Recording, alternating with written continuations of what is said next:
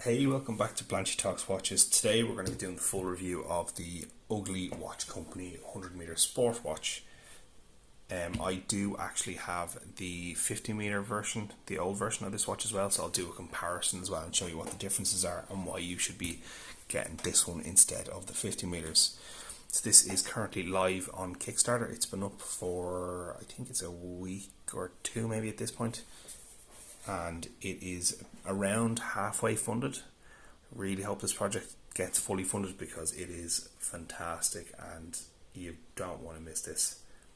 Okay, so the model I have here has the gorgeous blue mother of pearl dial. This was my first experience with mother of pearl and it's absolutely beautiful to look at it in person and see how it changes with the light. Well, this is blue for the most part. There is green, kind of pinky purple as well, that also shines through. I'm not sure how well it's coming up on camera, but yeah, you can see it there. As the light plays across it, it's beautiful, especially sunlight when you're outside. The way it plays across the dial is very nice. Quite a classic look to this dial. Nothing too busy. You've got your date at the 3 o'clock position, your Ugly Watch Company logo there at the 12, and in small writing just above the 6 it says automatic. That's it, nothing too fussy, just nice classic look. The mother of pearl dial is the star of the show and they've kept it pretty clean just to let that shine in its own right. So this is available on Kickstarter in 3 different colours. You've got the blue, pink, purple and black, and all of them are mother of pearl dials.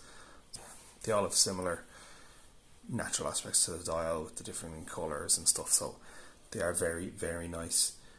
Surprisingly enough, the most popular ones are the pink and the purple. I've seen a lot of the groups, people especially, saying pink, which caught me off guard because I didn't think pink would be a popular colour, but to be honest, if I was given my choice I would be swaying, I think probably the purple, and second choice would be the pink myself. I think purple might be the colour this year. I know Tiffany blue was last year's big seller, but I'm seeing a lot more and more purple dials come out, and purple mother of pearl is just something you don't see. So if you're in the market for a purple watch, that one is definitely one to check out. So obviously by the name 100 meter sport, the water resistance on this is 100 meters. To help with that, the crown, which is engraved, is also screw down. Okay, so the specs in this watch, obviously mother of pearl dial. The movement is a ST2130, which is a high-beat automatic movement of 28,000 beats per hour. It's got the perlage on the back as well, which is very nice. I'll show you that in a few minutes. Quick date set, central second hands. Obviously the power reserve is around 48 hours, I believe. The indices are applied and it is loomed then on the hands, the hour and the minute hand, and also at the 3, 6 and 9.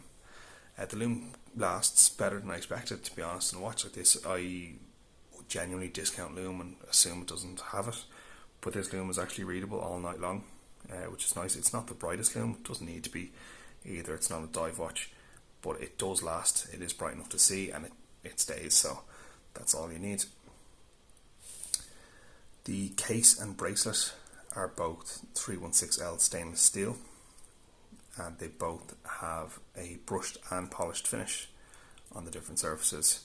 It's nice contrast, so as you can see there at the side of the case where you've got the brushed band in the middle, sandwiched between 2 bands of polished. So it's a nice contrast. Similarly on the Jubilee bracelet, which has polished centres and brushed outer links with a polished side to it. So there's a lot of visual interest going on with the case and bracelet. I think they've married the 2 finishes quite well together, that it stands out while still remaining subtle enough. The hands then are diamond cut. So I will get my 50 meter watch here. and we can have a look at some of the differences. So probably the most important difference is the movement. So here we have the ST2130 with the perlage. You can see it there. Lovely, lovely finish on the movement. That's in the 100 meters, and then in the 50 you've got the workhorse, the Seiko NH35. Absolutely nothing wrong with this movement. I like this movement. I've used it in mods myself and I have it in plenty of my watches. Absolute favourite in the microbrand world. As I said, it's a workhorse, it just keeps going, and if it does stop it's cheap to replace. But even quality aside, look at the visuals of it. It's an ugly movement, it's nothing special, whereas the ST2130 with that finishing is so much nicer.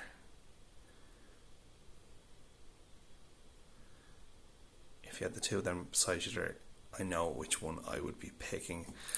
Funnily enough, actually, you can see the exhibition case back is more open on the NH35 than it is on the ST2130, but that's just how it works with the higher water resistance of the 100 meters.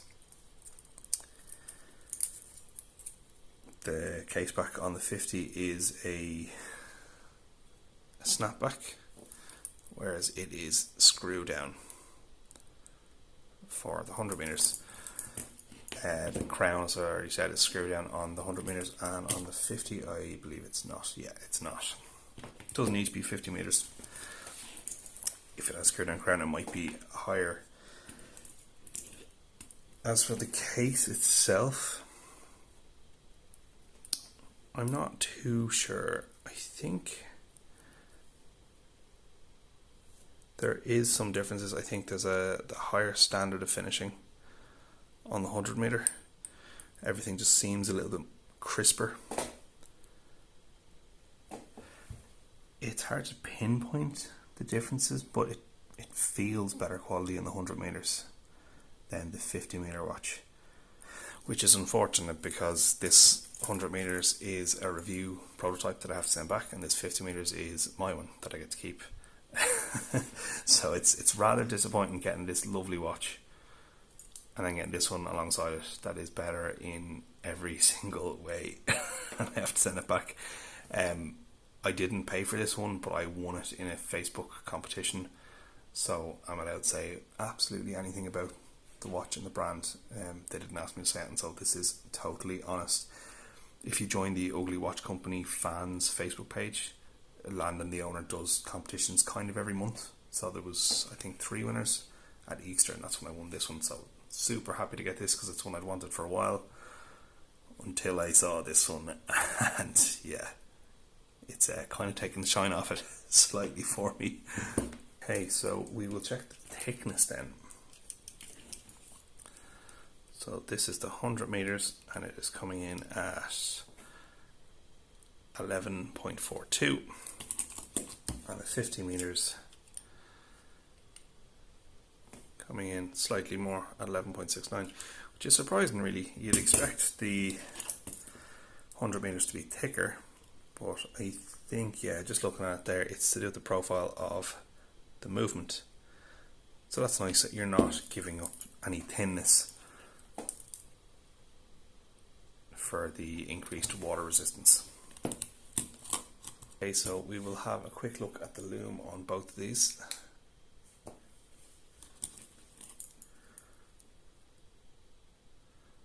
So straight away you can see the 100 meters on the left, 50 meters on the right. It's quite telling that you can see the lume on the 100 meters significantly more than you can on the 50 meters. Just turn the light back on there. So just out of interest, I've got my UV torch. The 100 meters has been out of the box longer than the 50 meters, so I'm going to turn off the light again. I'll shine this on the two of them and we'll see what the difference is.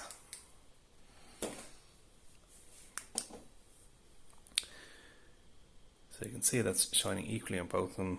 I'm not sure how well it's picking up on camera, but the 100 meters seems to be glowing brighter under the light. And when we turn it off, yeah, you can see that there. So the UV light would have overridden any light that had been on it previously and kind of supercharges it, and you can really see the difference now. Again, the left is the 100 meters and the right is the 50 meters. I've used two colours Lume on the 100 meters and one colour on the 50, and if you've watched my videos before, that is always something that I say I absolutely love to see. The two Lume colours just, I don't know, gives it an extra step in my book, and I always really do like to see when brands do that subtly as well. So it's not in your face, just the indices are marked with the blue, and then the 3, 6, 9, 12 and the hands are in the green, whereas on the 50 meters it's all green. Just looking at the camera screen here, it's looking a bit blue, but it is more green in person. Okay, so I think if I had this watch by itself, I'd be very happy with it, and I was pretty happy with it when I saw it. Actually, before I got this one, I'd seen it from the guys at republicatime.ie. had sent me one for that mega unboxing I did, and it's a nice watch. Problem is, seeing this one is it's so much nicer. As I said, this is a bit disappointing when this is the real deal. I really like this watch. I've been wearing it around a lot. My wrist is 7.25 inches. As I said in the unboxing, it was surprisingly fitted for me already. 3 levels of micro adjust, you can see there. Nice side profile.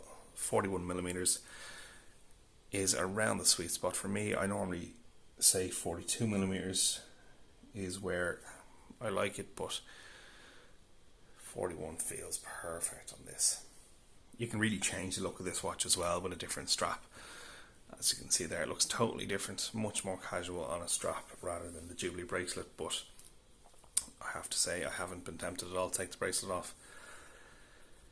The 50 meter also has a blue strap as well, but I think seeing it on the bracelet, this is the way to go.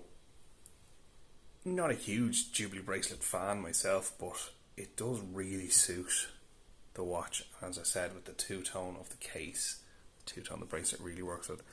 Nice clasp, stainless steel again, milled. Nice solid click, not going anywhere. Fold over.